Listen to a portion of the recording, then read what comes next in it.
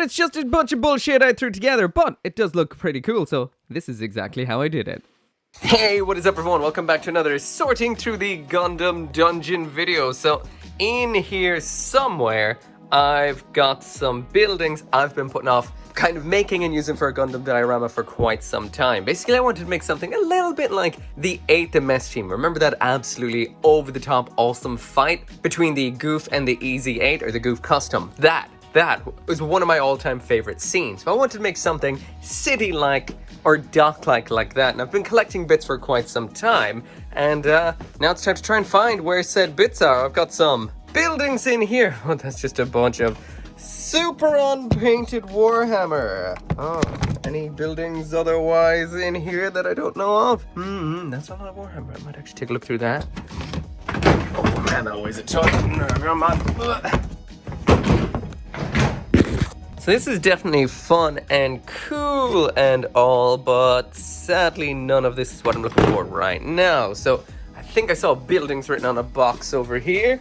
This one, of course, in the dankest of janky dank corners. Ooh, my 30-minute missions have grown too big for this box, so let's upgrade them into a bigger box. Okay, so there's a bigger box. So one of these days I'll actually get a little bit of a handle on sorting. I would prefer these to be, you know, up on some shelves and stuff as opposed to just kind of thrown in that corner. Actually get some lights into this place so the minute it hits 4 p.m. it doesn't get black, dark, and completely unable to see.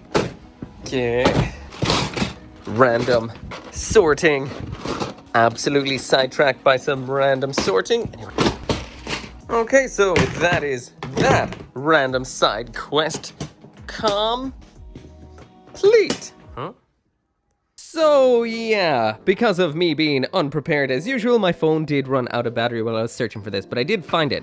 So this is a box that I've been filling over the last while with different kind of buildings to make a little bit of a city diorama. They're all a bunch of different ones of different types, just trying them out. Some of them I haven't even opened up, so we'll take a look at those today. And over here on this shelf, I've got a couple more even, that I got somewhat a little bit more recently. Like, I got, well, so many things here. Sazabi notebook. New Gundam mouse mat. Things that I have to leave in plain sight or I'll forget to make some kind of video or some kind of post about. Just plenty of cool stuff. Anyway, this is a busted highway. Up behind this more unfinished things, I've got a bunch of these right here. Now these are various different road surfaces and concrete surfaces for the ground. Out of the way there, and you little devil skeleton. So I've got a whole bunch of these. I don't know how many of these I have. I don't know how big I was planning to go.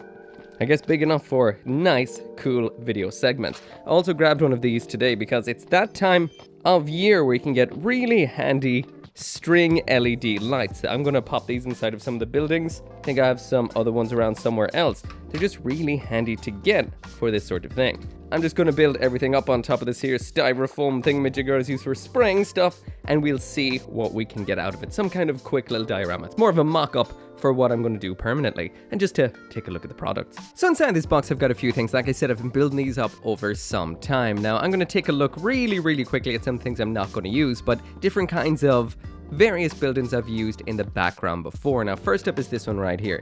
As far as I know, this is kind of like a no-name kind of building. I've seen it under a bunch of different brand names, but mainly it's the AliExpress ruined building. Now this I like a lot. I actually wish I had bought a whole bunch of them. The base fell off inside the box right there, but this is some great broken background buildings. Like once they're in the background, kind of, you know, out of focus to some degree like that, they look fantastic. They don't really, you know, they're backgroundy. They don't really take too much of the limelight. Now that I bought, I'm pretty sure, off something like Wish. Next one. So from here on out, everything else I've got from Hobby Link Japan. So first off, this is a Tomix N-gauge building. Now, if you don't know what N-gauge is, it's basically railroad stuff. Model railway things. N-gauge is the scale, which is 1/50th scale, which makes them absolutely perfect for using with gunpla at the 1/44th scale range.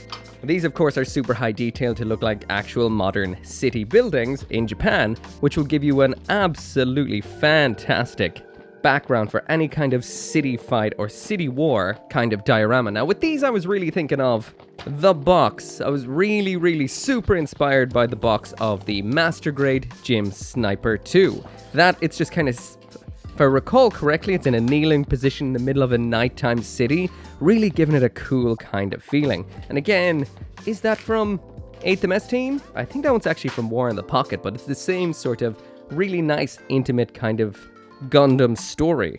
And it's definitely what I'd want out of a city diorama. Again, I'm heavily inspired a little bit by Gundam build fighters, the way they always have the different stages for the battles. So I'm going to go for city first, and then I'll try some of the more difficult ones later on, like a colony. That would be something big, really cool. I seen a guy on Twitter who's totally building a straight up, I'm not sure if it's a master grade or a 1/44th scale colony for using in backgrounds, and it looks fantastic. These are kind of a modular building. Kind of don't want to screw around with them too much, but you're able to actually pluck them off like that. So if you have multiple of them, you can actually change the heights of the building. And this is kind of where I can give you a little bit of an idea of what I want to do with these string lights. Basically, you can just pop them inside the building and kind of light up the inside so you can actually get a little bit of an actual living city kind of feeling about it. It'll take a lot of finessing it, of course, to make it not just look like string lights, but we'll see what we can do. We also do get a bunch of these stickers included as well, so you can actually pop these up on the billboard on top, so you can have your different kind of labeling to give it a little bit of a living city kind of feel. Around front or back, yeah, down here on this little section here, you can actually use these longer ones as well. Now I'd like to do something a little bit more custom, maybe something in universe from Gundam to actually gussy this up. So I'm not going to use these ones, not right now. So to kind of give you an indication of how long I've had these, I'm pretty sure I used them in one of the most recent high-grade Gundam wing videos that I did. And by most recent, it was probably a year or two ago. I lose count these days. Getting old. So I've got a few of these buildings. It seems like I've got about 5 of them. One I threw a few lights into before, kind of just loosely for in backgrounds in videos. So I'm going to get a few of these together and see how they sit together. Now this is just a little bit of a rough mock-up to kind of get an idea of how I'd like to place these sort of things. I actually didn't realize how big a scale this will have to be in order to be filmable and actually quite nice. So this one bit of styrofoam I'm using now as a base mightn't be big enough to get a nice kind of scene going, but then again, we'll see what we can do. I did grab a few lights to try and light this up. I know all the lighting is going to have to come from below, because in a city at night, all the lighting comes from below or within the actual buildings, street level or the building. So I'll work around with that a little bit more, throw an aerial in there just to see just how it works out. So far, so good. This is kind of getting a little bit of the idea of what I want. Not quite there just yet, but we'll get there. So the next batch of buildings I'm going to be taking a look at, these are essentially what really gave me the idea to do this. These are Tomitech. Again, these are N-gauge buildings, so these are mainly for railways first. But they made this particular line right here, which is called Dia-Col Combat. So basically, Diorama Collection Combat. So these are damaged and blown up buildings of different kinds. So I've got a whole bunch of these to take a look at, and I do have some before, and some of you guys, whenever I have popped them in videos, have asked what they are. And that is this one right here, which is extremely nice. So it's a little bit damaged on the side right here. And this smaller one here that is blown out in the side like this. Actually, I feel like I should have gotten a couple more of these ones too, because they're incredibly nice. The debris inside there, that actually comes included. Actually, I did a whole video on these, so there's no point in me actually talking about them too much. So anyway, getting into these, you can get these tiny little blister packets right here. I always loved the shops in Japan because of these, because you'd have walls and walls of these just hanging up. These are basically going to be your ground inside of this destroyed Gundam 0080 style town or city. So these just basically just stack like so. So they will end up with a little bit of a seam line when you do actually lay them down, but maybe from the right angles you won't really notice. You can actually flip them like this so they don't look like they're repeating too much, but they are exactly the same kind of layout. You'll just be popping those down like that, and then kind of just popping your buildings around them, and with the nice, well thought out lighting, it should look good. So that one right there is the mini base B. So this right here is the mini base A. So this one is really cool for a cool reason. And that is, this one actually comes with some transfers in it. So the actual road in here is blank. So there's actually nothing printed onto the surface of this at all. So you've just got your plain road with your little kind of pockmarked explosion parts. And then what we have in here is this sheet of water slide decals. And with this then, you can put on your various different like arrows, turning parts, zebra crossing, whatever kind of road markings that you like. There is a little bit of an example on the box of what it can look like. So there is some more. So this has a whole lot of potential. Anyway, just laying that one down beside the other so you can see what it looks like. This one has a little bit of a kind of path either side of it, so that does look a little bit different. So you can't necessarily lay them side by side. Or should I say length to length. And then the last of what I have here is this one, which is Mini Base Concrete A.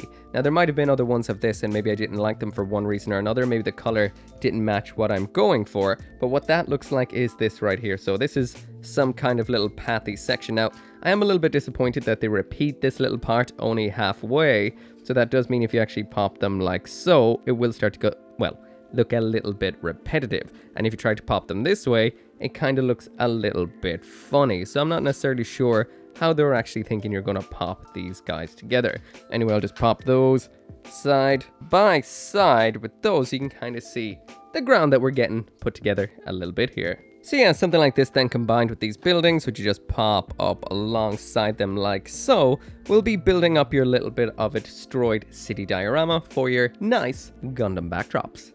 Next up in here, we've got that building C, which I was meant to take a look at, but got sidetracked by the roads. These are kits in a way, but they are pre-painted. You do have to assemble them, but all of the paintwork, all of the kind of battle damage and the burning of the actual building, this is all done already. You just have to pop this out of the packet and then pop it together, which doesn't look like it will be too difficult. So that is the building front. And this definitely looks a little bit more, say, Western than a Japanese building. So it might be a little bit hard to gel them. Might end up looking like a little bit of a different city. So in here we do have some assembly instructions. It's just one little piece right here, so it's simple enough to see. Round back we do have some stickers for using with this. A lot of beer related.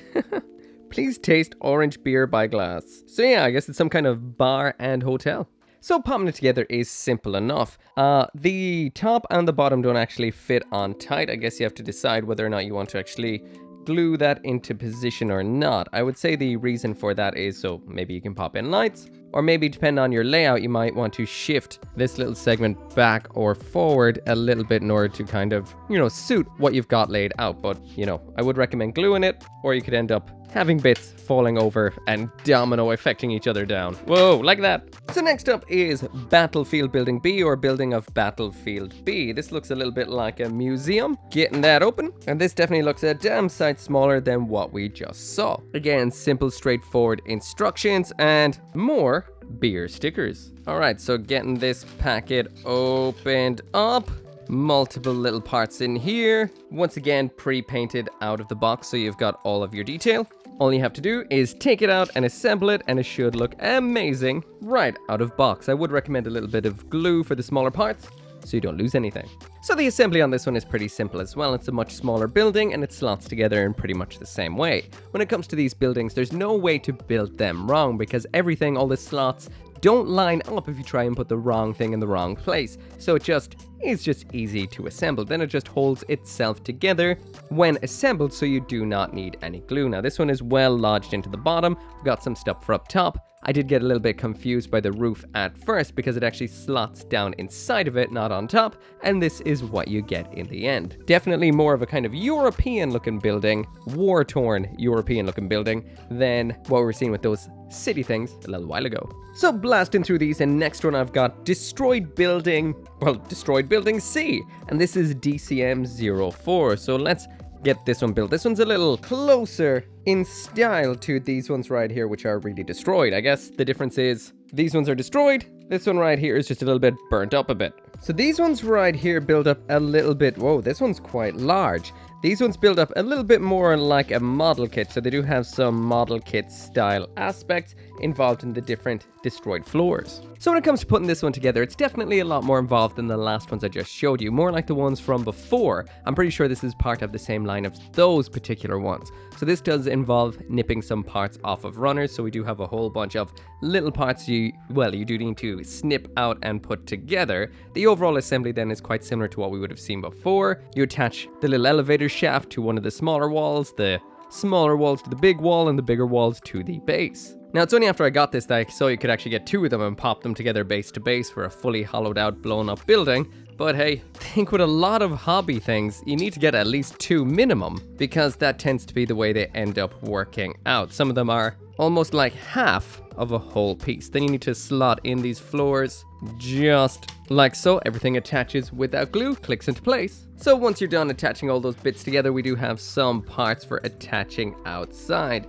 like some signs and other little bits and pieces. These little bits of debris you can pop wherever you want. On the other one I had actually glued them into place so they wouldn't be going everywhere. And also we got this little baggie of debris, which just kind of feels like small stones. I'm not sure if this is plastic or if it's actual little bits of stone. But yeah, that's in there too to add some more debris-ness. So anyway, that's what that looks like right there in the end. Now, this is all I have time for today because I spent a lot more time in the garage looking through stuff than I probably should have, distracted by a whole bunch of other stuff that I've out there. Found some loads of old decals I didn't use, some unbuilt kits I forgot that I would have just packed up before moving and never unpacked, and forgot that they were actually in there. Some cool ones as well. But for now, this is gonna have to do. Neither of these I got to... Well, I didn't actually expect them to be separate things. I didn't expect some buildings to kind of look like war-torn Europe and some of them to look like downtown Tokyo. So it's like, which vibe do I want to go for? I'm definitely feeling the more downtown Tokyo kind of vibe a little bit more. Like, it's some kind of Gundam colony with a cool Tokyo vibe that just is about to get a kind of battle going on in there. Just looks really, really cool. However, if I did want that real war in the pocket kind of vibe, these yellowed older buildings definitely work a little better, especially if I had some more dock-like stuff for bringing into the foreground. But this is what I have for now. So there's a bit of an example of what both look like. Honestly, these are awesome, have great potential, and I haven't really gotten them where I want them just yet. I want to try out some more lights, get them lit up properly, make them look a little bit more realistic, and get a nice background out of them. But for now, it makes a little bit of a fun diorama. Anyway, all of these I got through Hobby Link Japan. You can too, so I will throw a link as usual down there in the description. I will get back to these some other day because I've got a highway and a bunch of other buildings that I do want to try out. But this is just an example of what you can get with N-Gauge train scale buildings for your high grade kits. Anyway, as always, thank you so much for watching. Make sure to come back for more Gundam related content, and I'll see you next time. As always, this video right here would not have been possible without each and every single one of you guys who watches my videos, and all of these awesome people right here who help out on the channel memberships and over on Patreon, including 10 Soldier YT, Abraxas, Caleb Engelhart, Dashil Marmion, Golel Rockstar, Joe, Lauren Sihak, or G95061, 10 Soldier YT again, and Van Fawn.